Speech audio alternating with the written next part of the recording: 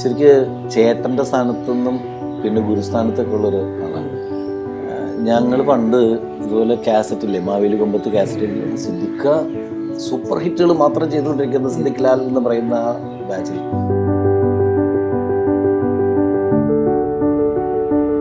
അല്ലാതെ എനിക്ക് കരച്ചിൽ വന്നു. കാരണം വെച്ചിട്ടുണ്ടെങ്കിൽ നമ്മളെപ്പോലുള്ള കലാകാരന്മാരുടെ അടുത്ത് സാധാരണഗതിയിൽ വന്നിട്ടുണ്ടെങ്കിൽ പക്ഷേ ഞാനിപ്പോൾ ഒരു സിനിമയ്ക്ക് പോകാൻ വേണ്ടിയിട്ട് ഫാമിലിയായിട്ട് പോവാണ്. ഇപ്പം ഞാനാണെങ്കിൽ പോലും പെട്ടെന്ന് നമുക്കങ്ങനെ പറഞ്ഞു പോകും, അത് നമ്മൾ ഫാമിലിയായിട്ട് വരുമ്പോൾ പുറത്ത് നമുക്ക് നാളെ ഇരുന്നാൽ മതിയോ എന്തെങ്കിലും ചോദിക്കും.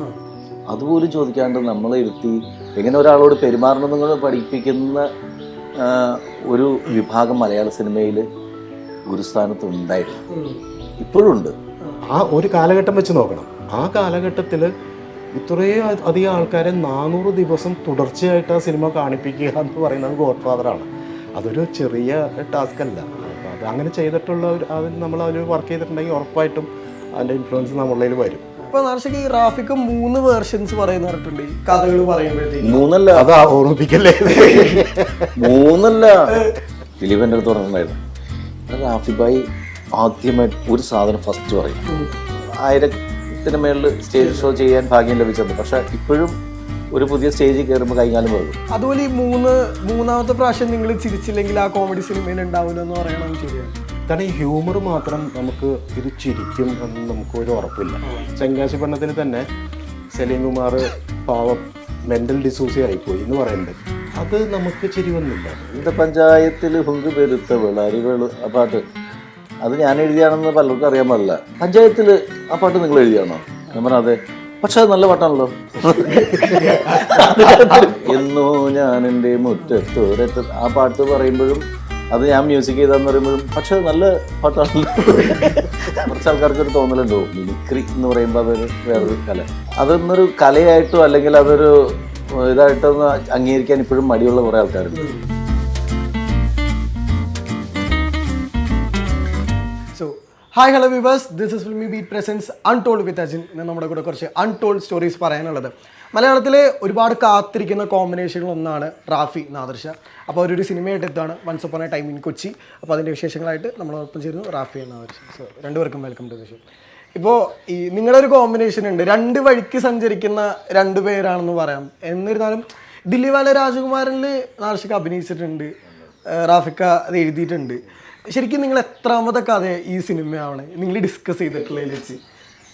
ഇല്ല, റാഫിക്കയുടെ എത്രാമത്തെ കഥയെന്ന് എനിക്കറിയാൻ പാടില്ല. പക്ഷെ ഞാൻ റാഫിക്കയുടെ അടുത്ത് ഒരുപാട് പ്രാവശ്യം കഥ ചോദിച്ചിട്ടുണ്ട്. പക്ഷെ റാഫിക്ക തന്നത് ഇപ്പോഴാന്നുള്ളത്. പക്ഷെ ആദ്യം എന്നോടാണ് നാർഷ കഥ പറഞ്ഞത്. അത് ഇപ്പോഴൊന്നും അല്ല, നാർഷ ഡയറക്ടർ ആവുന്നതിന് മുമ്പ് ഒരു നല്ല കഥ പറഞ്ഞു. എനിക്ക് ഇങ്ങനെ ഒരു കഥയുണ്ട് ചെയ്താൽ ഹൈദരാബാദിൽ വെച്ച് എവിടെയോ അല്ലേ, മറ്റേ ഇതിന്റെ ചൈന ടൗണിന്റെ ഷൂട്ടിംഗ് കാണാൻ വേണ്ടി ഞാൻ പോയിട്ടുണ്ടായിരുന്നു. അപ്പോൾ ഒരു കഥ പറഞ്ഞു. അപ്പോൾ ഞാൻ പറഞ്ഞു ഇത് കൊള്ളാലോ നാഷ എഴുതിക്കൂടെ? എഴുതാതിരിക്കാൻ വേണ്ടിയിട്ടാണ് ഞാൻ നിൽക്കാതെ. ആ കഥ എപ്പോഴെങ്കിലും ചെയ്യണമെന്ന് ഞാൻ ആഗ്രഹിച്ചിട്ടുണ്ട്. കാരണം അതൊരു നല്ല സബ്ജക്റ്റായിരുന്നു. ഇതിൻ്റെ അടുത്ത് വരുന്നതെന്ന് വെച്ചാൽ ഇങ്ങനെ ഇപ്പം ഇതിൽ ഒരു സിനിമ നാഷയായിട്ട് ഒരു സിനിമ ചെയ്യാം എന്ന് പറഞ്ഞിട്ട് ഞങ്ങളിങ്ങനെ ഒരുമിച്ചൊരു സിനിമ ചെയ്യണം എന്നൊക്കെ ഇങ്ങനെ പലപ്പോഴും സംസാരിച്ചിട്ടുണ്ട്. അതിന് ഈ മുബിൻ മോനില്ലേ ഇതിൽ അഭിനയിച്ചിട്ടുള്ളത്, മുബിന് ഇപ്പോൾ അസിസ്റ്റന്റ് ഡയറക്ടറാണ്. അപ്പോൾ ഈ സിനിമയിലൊക്കെ ഇപ്പോൾ ഒരു കുറേ സിനിമകളായി അസിസ്റ്റന്റ് ഡയറക്ടറായിട്ട് തുടങ്ങി അസോസിയേറ്റ് ഡയറക്ടറായിട്ടൊക്കെ വർക്ക് ചെയ്തുകൊണ്ടിരിക്കുന്നത്. അതിൽ കഴിഞ്ഞ പടത്തിലാവും ഇങ്ങനെ വെയിലത്ത് ഓടിയിടന്ന് വർക്ക് ചെയ്യുന്ന കണ്ടപ്പോൾ അത് ആശ്രയിച്ച് എനിക്ക് ഇവനെ അഭിനയിപ്പിച്ചുകൂടെ, ഇവന് വെയിൽ കൊള്ളിക്കണോ എന്ന് ചോദിച്ചു. അപ്പോൾ ഞാൻ പറഞ്ഞ് അത് നിങ്ങളല്ലേ പുതിയ ആൾക്കാരെ കൊണ്ട് സിനിമ ചെയ്യിക്കുന്ന ആൾക്കാരെ, അങ്ങനെയാണെങ്കിൽ പറഞ്ഞാൽ നമുക്ക് ആലോചിക്കാം. ഇവരുടെ തമാശക്ക് അങ്ങോട്ട് ചുമ്മാ തമാശക്ക് പറഞ്ഞാൽ. പക്ഷെ അത് കഴിഞ്ഞിട്ട് പിന്നീട് അതൊരു പ്രോജക്റ്റായിട്ട് പിന്നെ അതും പറഞ്ഞു കഴിഞ്ഞിട്ട് 1 വർഷം 1.5 വർഷം എന്തോ കഴിഞ്ഞിട്ട്. അല്ല, ശരിക്കും അന്ന് ഇക്ക അങ്ങനെ പറഞ്ഞപ്പോൾ നമ്മളും അത് കേട്ട് അത് ഒരു സൈഡിൽ കൂടി. പക്ഷെ അത് എനിക്ക് തോന്നുന്ന ചില കാര്യങ്ങൾ എഴുതപ്പെടുക എന്ന് പറയുന്നുണ്ട്, നമ്മളെല്ലാത്തിലും അതിൽ വിശ്വസിക്കുന്നതാണ്. അപ്പോൾ ചിലപ്പോൾ ചില സമയങ്ങളിൽ പറയുന്ന വാക്കുകൾ ഫലിക്കും എന്ന് പറയുന്നുണ്ട്.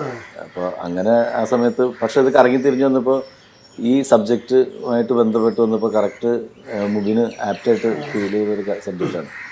അപ്പോൾ അങ്ങനെ നമുക്ക് സന്തോഷമുള്ള കാര്യം. കാരണം വെച്ചിട്ടുണ്ടെങ്കിൽ ഒന്നാമത്തെ അത്യാവശ്യം നമുക്ക് വളരെ വിശ്വാസമുള്ള ആക്ടിങ്ങിൻ്റെ കാര്യത്തിലാണെങ്കിലും മറ്റേ അത് ആള് ചെയ്യും എന്നുള്ളത് നമുക്കൊരു കോൺഫിഡൻസ് ലെവലുണ്ട്. അപ്പോൾ വലിയ പാടോട്ട് വലിയ നമ്മൾ കിടന്ന് കഷ്ടപ്പെടേണ്ടി വരില്ല എന്നുള്ളത് അറിയാം. അപ്പോൾ അതിൻ്റെ പേരിൽ നമുക്കും ധൈര്യം ഉണ്ടായിരുന്നു. ഇപ്പം ഞാൻ കേട്ടിട്ടുണ്ട് ഈ സലീം കുമാറിനെ പറ്റിയിട്ട് റോബിൻ തിരുമലനോട് പറഞ്ഞൊരു സംഭവമില്ലേ, അതായത് ചേട്ടൻ ഇവൻ ആ സിനിമയിൽ അഭിനയിപ്പിച്ചൂടെ, ഇവൻ വടിവേലുവിനെ പോലെ ഒരു സ്റ്റാർ ആവുമെന്ന് പറഞ്ഞിട്ടുള്ള ലാൽ ജോസിൻ്റെ അടുത്ത് വടിവേലുവിനെ പോലെ ഒരു സ്റ്റാർ ആവുന്ന പറഞ്ഞ സംഭവം. അതുപോലെ ദിലീപിന് ഇപ്പോൾ പറഞ്ഞ പോലെ തന്നെ മഹാരാജാസിൽ മിമിക്രിക്ക് ഫസ്റ്റ് കൊടുക്കുന്നു. അതുപോലെ ഈ സൈഡിലേക്ക് വരികയാണെങ്കിൽ സുരേഷ് പീറ്റേഴ്സിനെ കൊണ്ട് മ്യൂസിക് കേൾക്കുന്നു, രവിവർമ്മന് ഒരു ഡെബ്യൂ കൊടുക്കുന്നു. അപ്പോൾ ഈ പുതിയ ആൾക്കാരെ കണ്ടുപിടിക്കുക അല്ലെങ്കിൽ ആ ഒരു ഇൻസ്റ്റിങ്ക്റ്റ് നാദർശയ്ക്ക് പണ്ട് തൊട്ടേ ഉണ്ടല്ലോ. അല്ല, അത് സംഭവിച്ചോണം അവർക്കും കൂടി കഴിവുണ്ടായിട്ട് അവർ രക്ഷപ്പെടണം, അല്ലാണ്ട് നമ്മൾ കൊണ്ടൊന്നും വിചാരിച്ചിട്ട് ആരും രക്ഷപ്പെട്ടു പോകുന്നില്ല. പക്ഷെ അതിൻ്റെ ഒരു അവസരം കൊടുക്കാനുള്ള ഒരു മനസ്സ് വേണം. ഇപ്പം ഇതിനകത്ത് തന്നെ പല ആളുകളും പുതിയ ആൾക്കാരുണ്ട്. ഇവർ മാത്രമല്ല, മുബിൻ മാത്രമല്ല പുതിയാണ് അല്ലേ, പലരും. അതെ. അവൻ നാശനെ ചോദിക്കും, എനിക്ക് നല്ല കഴിവുള്ള പയ്യനാണ്, അവന് അതിലേക്ക് വിളിച്ചാലോ.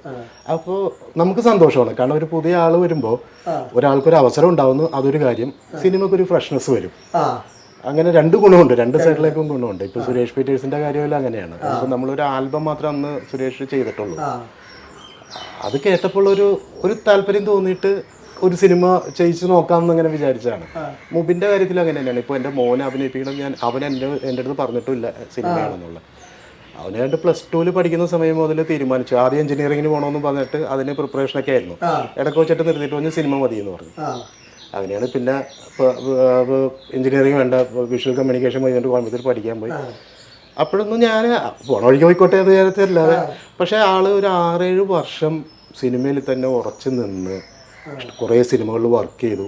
സിനിമയിൽ വർക്ക് ചെയ്തത് ഷൂട്ടിംഗ് മാത്രമല്ല, അതിൻ്റെ പ്രീ പ്രൊഡക്ഷൻ മുതൽ കൂടെ ഉണ്ടാവും. പിന്നെ കുറച്ച് ആക്ടിങ് കോഴ്സുകൾ ചെയ്തു.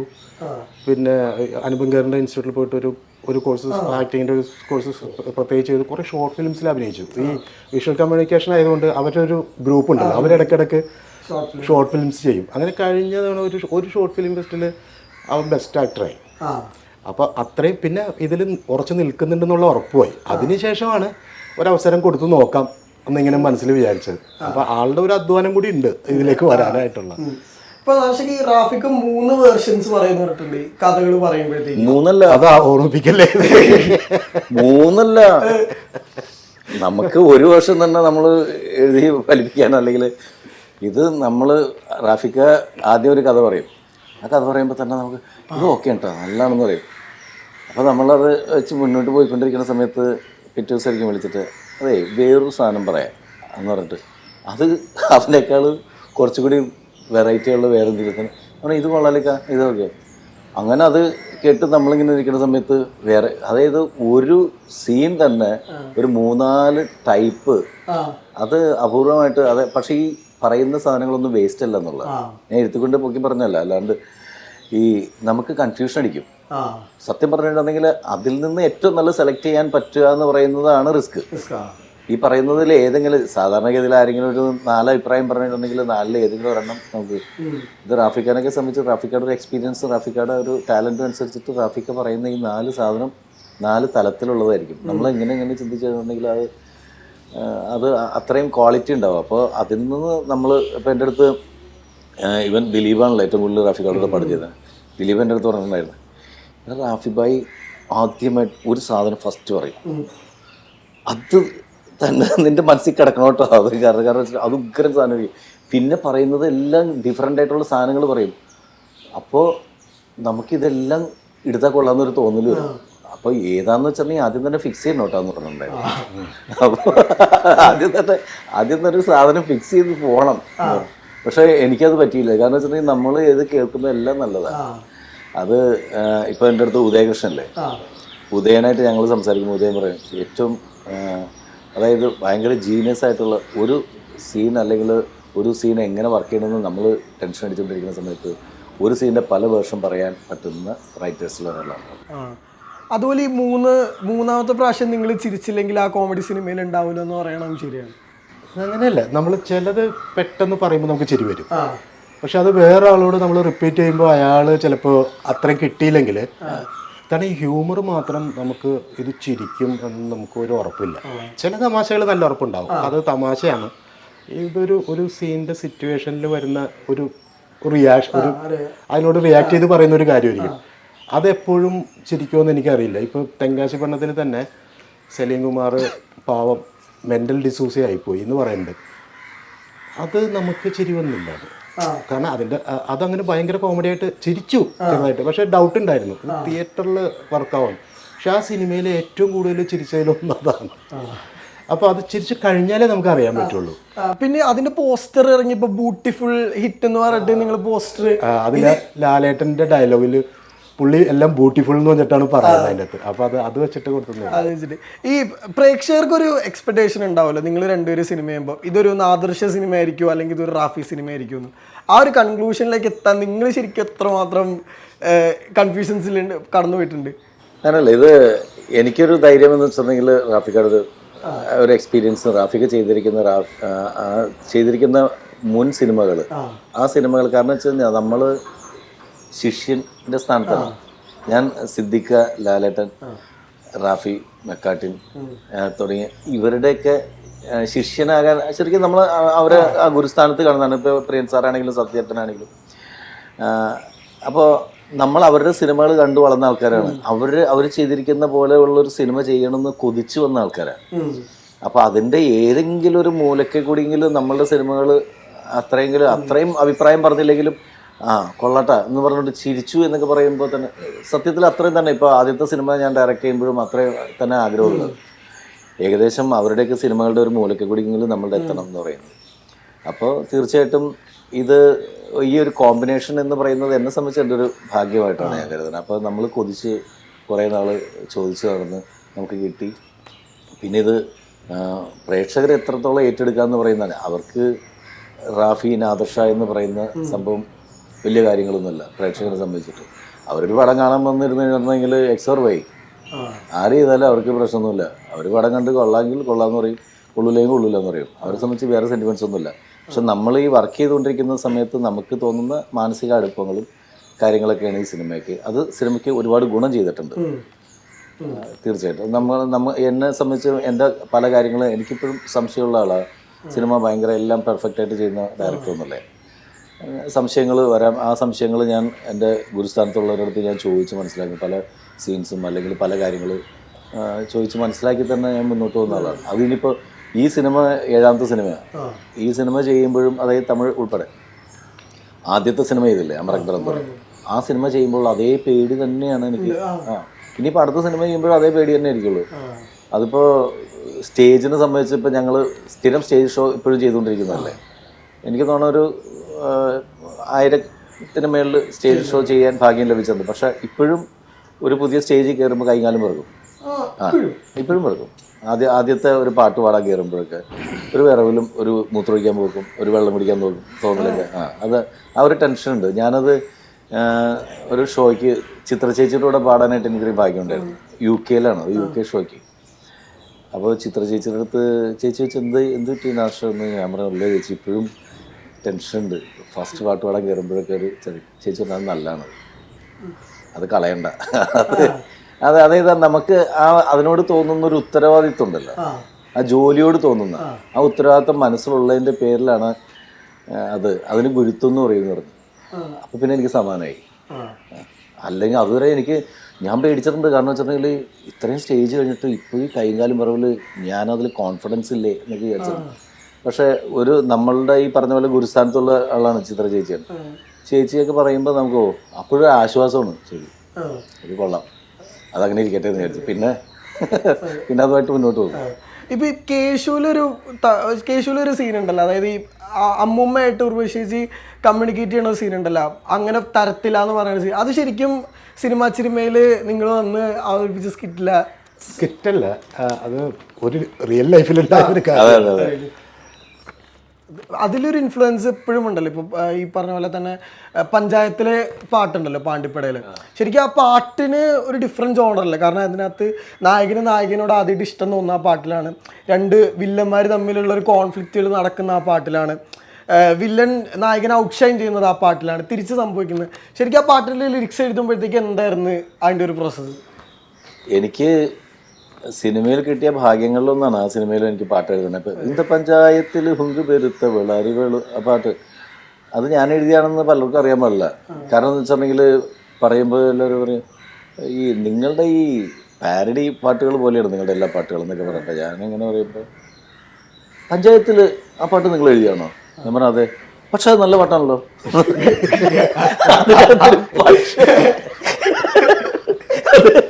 പിന്നെ അതുപോലെ ഞങ്ങൾക്ക് റിംഗ് മാസ്റ്ററിലൊരു പാട്ട് വേണമായിരുന്നു എൻ്റെ കയ്യിലെ. അത് നാദർശ ചെയ്താ അതല്ലേ ആ പാട്ട്. അത് പക്ഷെ നമ്മള് ഒരു ഹാഫ് ഡേ കൊണ്ട് അല്ലേ ഈ ലിറിക്സിന്റെ കാര്യത്തിലും മ്യൂസിക്കിന്റെ കാര്യത്തിലൊക്കെ എന്താന്ന് വെച്ചിട്ടുണ്ടെങ്കിൽ നമുക്ക് ഈ മിമിക്രിയിൽ നിന്ന് വന്ന ആർട്ടിസ്റ്റുകളാണ് ഞങ്ങൾ എല്ലാവരും. ബേസിക്കലി മിമിക്രിയിൽ നിന്ന് വരുന്ന ഈ പൊതുവെ ഒരു എനിക്ക് തോന്നുന്നത് ഇപ്പോൾ പലപ്പോഴും എല്ലാവർക്കും ഒന്നുമല്ല, കുറച്ച് ആൾക്കാർക്ക് ഒരു തോന്നലുണ്ടോ മിമിക്രി എന്ന് പറയുമ്പോൾ അതൊരു വേറൊരു കല. കാരണം വെച്ചിട്ടുണ്ടെങ്കിൽ മിമിക്രിക്ക് ഇപ്പോൾ ഈ കേരള സംഗീത നാടക അക്കാദമി പോലും അംഗീകരിച്ചത് ഈ വർഷമാണ്. ഞാൻ അതിൻ്റെ പ്രസിഡന്റ് സ്ഥാനത്തിരിക്കുന്നതിൻ്റെ പേര് പറഞ്ഞ കേട്ടോ. അതൊന്നൊരു കലയായിട്ടോ അല്ലെങ്കിൽ അതൊരു ഇതായിട്ടോ ഒന്ന് അംഗീകരിക്കാൻ ഇപ്പോഴും മടിയുള്ള കുറേ ആൾക്കാരുണ്ട്. അപ്പോൾ അതിൻ്റെ പേരിൽ പക്ഷെ അതിൽ നിന്ന് വന്ന ആൾക്കാരതിൻ്റെ പേരിൽ മിമിക്രിക്കാരൻ പാട്ട് ചെയ്താൽ, മ്യൂസിക് ചെയ്താൽ, ലിറിക്സ് എഴുതിയാൽ അതിനൊന്ന് അത് അത്രേ ഉള്ളൂ. അതൊക്കെ ആ ലെവൽ എന്നൊക്കെ പറഞ്ഞിട്ട് അങ്ങനെ തഴഞ്ഞു കളയാൻ വേണ്ടിയിട്ട് നിൽക്കുന്ന തരത്തിൽ മാനസികാവസ്ഥയിലുള്ളവർക്ക് അങ്ങനെ തോന്നിയിട്ടുണ്ട് പലർക്കും. അപ്പം അവരാണ് ഇപ്പോൾ ഞാൻ പറയട്ടെ, എന്നോ ഞാൻ എൻ്റെ മുറ്റത്ത് ഒരറ്റ ആ പാട്ട് പറയുമ്പോഴും അത് ഞാൻ മ്യൂസിക് ചെയ്താന്ന് പറയുമ്പോഴും പക്ഷെ അത് നല്ല പാട്ടാണല്ലോ, നിങ്ങളാണോ ചെയ്തത്, പക്ഷെ അത് നല്ലതാണല്ലോ അങ്ങനെ ചോദിക്കുന്നത്. അപ്പം നമുക്കിതൊന്നും അറിയാൻ പാടില്ല, അല്ലെങ്കിൽ നമ്മളിതൊന്നും ചെയ്യാത്ത ആൾക്കാരാണെന്നുള്ളൊരു തോന്നലുള്ളവർ ഇപ്പോഴും ഉണ്ടാകാം. അവിടെ നമ്മൾ കുറ്റം പറയല്ല കേട്ടോ, പക്ഷെ നമുക്കുള്ളൊരു വിഷമം പറഞ്ഞ പോലെ ഇപ്പൊ നമ്മൾ ഏത് കലാരൂപത്തിൽ നിന്നാണോ വരുന്നത് അതിന്റെ ഒരു ഇൻഫ്ലുവൻസ് ഉണ്ടാവും. മൊത്തത്തിൽ നമ്മൾ എന്ത് ചെയ്യുമ്പോഴും ഉണ്ടാവും. അപ്പൊ അത് പിന്നെ നാദർശക്ക് ഇതാന്ന് വെച്ചാൽ ഇപ്പൊ ഞാൻ വിളിക്കുമ്പോഴും പട്ടികൾ പാടുന്ന പാട്ട് അത് അങ്ങനത്തെ ഒരു ടഫ് പരിപാടിയായിട്ടാണ് നമ്മൾ വിളിക്കുക പുള്ളി. പക്ഷേ ഒരവസ്ഥയുണ്ട്, ഇങ്ങനത്തെ ഒരു സാധനമുണ്ട്, ഒന്നും സെറ്റായിട്ടില്ല, നമുക്കൊന്നിരിക്കാം. പക്ഷെ ഇന്നേ വരെ ഞാൻ ഒരുപാട് കാര്യത്തിന് വിളിച്ചിട്ടുണ്ട് പക്ഷേ ഇന്നേ വരെ ഞാൻ തിരക്കാന്ന് പറഞ്ഞിട്ടില്ല. എന്നാൽ പുള്ളി ഭയങ്കര തിരക്കുള്ള ആളുമാണ്. അത് അപ്പം തന്നെ എല്ലാം എങ്ങനെയെങ്കിലുമൊക്കെ വന്നിട്ടുണ്ട് അല്ലേ, എല്ലാ സമയത്തും.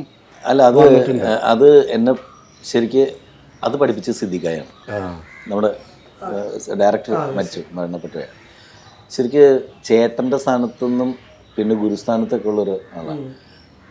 ഞങ്ങൾ പണ്ട് ഇതുപോലെ കാസറ്റില്ലേ, മാവേലി കൊമ്പത്ത് കാസറ്റ് എഴുതി സിദ്ദിഖ സൂപ്പർ ഹിറ്റുകൾ മാത്രം ചെയ്തുകൊണ്ടിരിക്കുന്ന സിദ്ദിഖ് ലാൽ എന്ന് പറയുന്ന ആ ബാച്ചിൽ. അങ്ങനെ ഞാൻ സിദ്ദിഖയുടെ വീട്ടിൽ പോയിട്ട് ഒരു പാരഡി കാസറ്റ് ചെയ്തിട്ട് ഇതിൻ്റെ മാസ്റ്റർ ഒന്ന് കേൾപ്പിക്കാൻ വേണ്ടിയിട്ട്, അല്ലെങ്കിൽ അത് ഞങ്ങൾക്ക് ഇറക്കാൻ വേണ്ടി ഒരു ധൈര്യമാണ്. ആ ധൈര്യം പറഞ്ഞു കഴിഞ്ഞാൽ അതിനപ്പുറത്തേക്ക് നമുക്ക് വേറെ വാക്കുകളൊന്നുമില്ല, അതിൽ നമ്മൾ ഫിക്സ് ചെയ്യുന്നത്. അപ്പോൾ അതിൻ്റെ ഒരു ചെറിയ സംശയം ചോദിക്കാൻ വേണ്ടി ഞാനും നമ്മുടെ ഒരു സുഹൃത്തു കൂടി അവിടെ പോയിരുന്നു വർത്താനം പറഞ്ഞ് ഇരിക്കുന്ന സമയത്ത് സിദ്ദിഖ റെഡിയായിട്ടിരിപ്പുണ്ട് എവിടെ പോകാൻ വേണ്ടിയിട്ട്. അതെനിക്കറിയില്ല. ഞങ്ങളിങ്ങനെ സംസാരിച്ചിരിക്കുന്ന സിദ്ദിഖ അത് അതിൻ്റെ കാര്യങ്ങളൊക്കെ ക്ലിയർ ചെയ്ത് തരുന്നു എന്നൊക്കെ പറഞ്ഞ സമയത്ത് നമ്മളെ മൈൻഡ് ചെയ്യാണ്ട് നിൽക്കേണ്ട ഒരു സമയം ശരിക്കും നമ്മളെപ്പോലുള്ളൊരു കലാകാരനെ സംബന്ധിച്ച് സിദ്ദിഖാക്ക്. പക്ഷെ ഇടയ്ക്ക് സിദ്ദിഖയുടെ വൈഫ് വന്നിട്ട് ഇങ്ങനെ എത്തി നോക്കി ഡ്രസ്സൊക്കെ ചെയ്തിട്ടുണ്ട്, എത്തി നോക്കിയിട്ട് അപ്പോൾ സിദ്ദിഖ നമുക്ക് നാളെ പോകാം എന്നത്. അപ്പോൾ ഞാൻ ചോദിച്ചു എന്തായിരുന്നു? അല്ല ഒന്നുമില്ല, ഞങ്ങൾ ഒരു സിനിമയ്ക്ക് പോകാൻ വേണ്ടിയിട്ട് എല്ലാവരും പ്ലാൻ ചെയ്തിട്ടുണ്ടായിരുന്നു.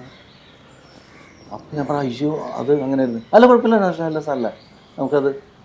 അപ്പോൾ ഞാൻ ആലോചിക്കുകയാണ് എന്താ വെച്ചാൽ നമ്മൾ വല്ലാതെ എനിക്ക് കരച്ചിൽ വന്നു. കാരണം വെച്ചിട്ടുണ്ടെങ്കിൽ നമ്മളെപ്പോലുള്ള കലാകാരന്മാരുടെ അടുത്ത് സാധാരണഗതിയിൽ വന്നു കഴിഞ്ഞിട്ടുണ്ടെങ്കിൽ പക്ഷേ ഞാനിപ്പോൾ ഒരു സിനിമയ്ക്ക് പോകാൻ വേണ്ടിയിട്ട് ഫാമിലിയായിട്ട് പോകണം. ഇപ്പം ഞാനാണെങ്കിൽ പോലും പെട്ടെന്ന് നമുക്കങ്ങനെ പറഞ്ഞു പോകും, അത് നമ്മൾ ഫാമിലിയായിട്ട് ഒരു പുറത്ത് നമുക്ക് നാളെ ഇരുന്നാൽ മതിയോ എന്തെങ്കിലും ചോദിക്കും. അതുപോലും ചോദിക്കാണ്ട് നമ്മളെ ഇരുത്തി അത് കാര്യങ്ങൾ ക്ലിയർ ചെയ്ത് തരാൻ പറ്റുന്ന അദ്ദേഹം ചെയ്തത്, അദ്ദേഹം അപ്പം നമ്മളെ പഠിപ്പിച്ചതെന്ന് വെച്ചിട്ടുണ്ടെങ്കിൽ ഈ സിനിമകൾ എങ്ങനെ ചെയ്യണമെന്ന് മാത്രമല്ല ഒരാളോട് എങ്ങനെ പെരുമാറണമെന്നും കൂടിയുള്ളൊരു പാഠമാണ് അവിടെ നിന്നൊക്കെ നമുക്ക് കിട്ടുന്നത്. അപ്പം നമുക്ക് കിട്ടിയൊരു ഭാഗ്യം എന്ന് പറയുന്നത് എങ്ങനെ സിനിമ ചെയ്യണമെന്ന് മാത്രമല്ല എങ്ങനെ ഒരാളോട് പെരുമാറണമെന്നും കൂടെ പഠിപ്പിക്കുന്ന ഒരു വിഭാഗം മലയാള സിനിമയിൽ ഗുരുസ്ഥാനത്ത് ഉണ്ടായിരുന്നു, ഇപ്പോഴും ഉണ്ട്. നമ്മളത് കണ്ടെത്തണമെന്ന് മാത്രമേ ഉള്ളൂ. ഇപ്പോൾ ഇത് പറഞ്ഞപ്പോൾ കഴിഞ്ഞ ദിവസം മുകേഷ് ചേട്ടൻ ഇങ്ങനെ പറയുന്നുണ്ടായിരുന്നു, ഏതെങ്കിലും റെക്കോർഡുകൾ ഓർക്കുന്നുണ്ടോ എന്ന് ചോദിച്ചപ്പോൾ ഗോഡ് ഫാദറിൻ്റെ റെക്കോർഡ് ഉണ്ടല്ലോ 400 ദിവസത്തെ, ഇനി ആരും തൊടാൻ പോകാത്തൊരു റെക്കോർഡ്. നിങ്ങളുടെ സിനിമകൾക്കും അത്രയൊരു പാക്കേജ് സ്വഭാവം ഉണ്ടല്ലോ, ഇപ്പോൾ എല്ലാ തരം പ്രേക്ഷകരെയും തൃപ്തിപ്പെടുത്തുന്ന. നിങ്ങൾ എത്രത്തോളം സിദ്ദിഖ് ലാൽ ഇൻഫ്ലുവൻസ് ഭയങ്കരമായിട്ടുണ്ട്? കാരണം ഒന്ന് എനിക്ക് സിനിമയിൽ വരുന്നതിന് മുമ്പേ അറിയാം. കാരണം ഞാനും സിദ്ദിഖും ബന്ധുക്കളാണ്. ഞങ്ങളൊരു കൂട്ടുകുടുംബത്തിൽ ഒരു വീട്ടിലാണ് താമസിച്ചിരുന്നത്. അതിൻ്റെ തൊട്ടടുത്ത് തന്നെയാണ് ലാലേട്ടൻ ഉണ്ടായിരുന്നത്. അപ്പോൾ അവരെനിക്ക് ചെറുപ്പം മുതലേ അറിയാം. ഭയങ്കര ഇഷ്ടമാണ്. കാരണം അവരെ ഫോളോ ചെയ്താണ് ഇങ്ങനെ വന്നുകൊണ്ടിരുന്നത്. അവർ മിമിക്രി പോയി, പുറകെ നമ്മൾ മിമിക്രിയിൽ വന്നു, അസിസ്റ്റൻറ്റ് ഡയറക്ടറായി നമ്മളും പോയി, അതായി സിനിമയിൽ അങ്ങനെ വന്നതാണ്. അപ്പോൾ അതിൻ്റെ ഇൻഫ്ലുവൻസ് നല്ലോണം ഉണ്ട്. അത് മാത്രമല്ല ആ വർക്കില്ലേ, അപ്പം അതിൻ്റെ തിരക്കഥകൾ നമ്മളിപ്പോഴും എടുത്ത് നോക്കുകയാണെങ്കിൽ ആ ഒരു കാലഘട്ടം വെച്ച് നോക്കണം. ആ കാലഘട്ടത്തിൽ ഇത്രയും അധികം ആൾക്കാരെ 400 ദിവസം തുടർച്ചയായിട്ട് ആ സിനിമ കാണിപ്പിക്കുക എന്ന് പറയുന്നത് ഗോഡ് ഫാദറാണ്. അതൊരു ചെറിയ ടാസ്ക് അല്ല. അപ്പോൾ അത് അങ്ങനെ ചെയ്തിട്ടുള്ള അതിൽ നമ്മൾ അതിൽ വർക്ക് ചെയ്തിട്ടുണ്ടെങ്കിൽ ഉറപ്പായിട്ടും അതിൻ്റെ ഇൻഫ്ലുവൻസ് നമ്മളിൽ വരും.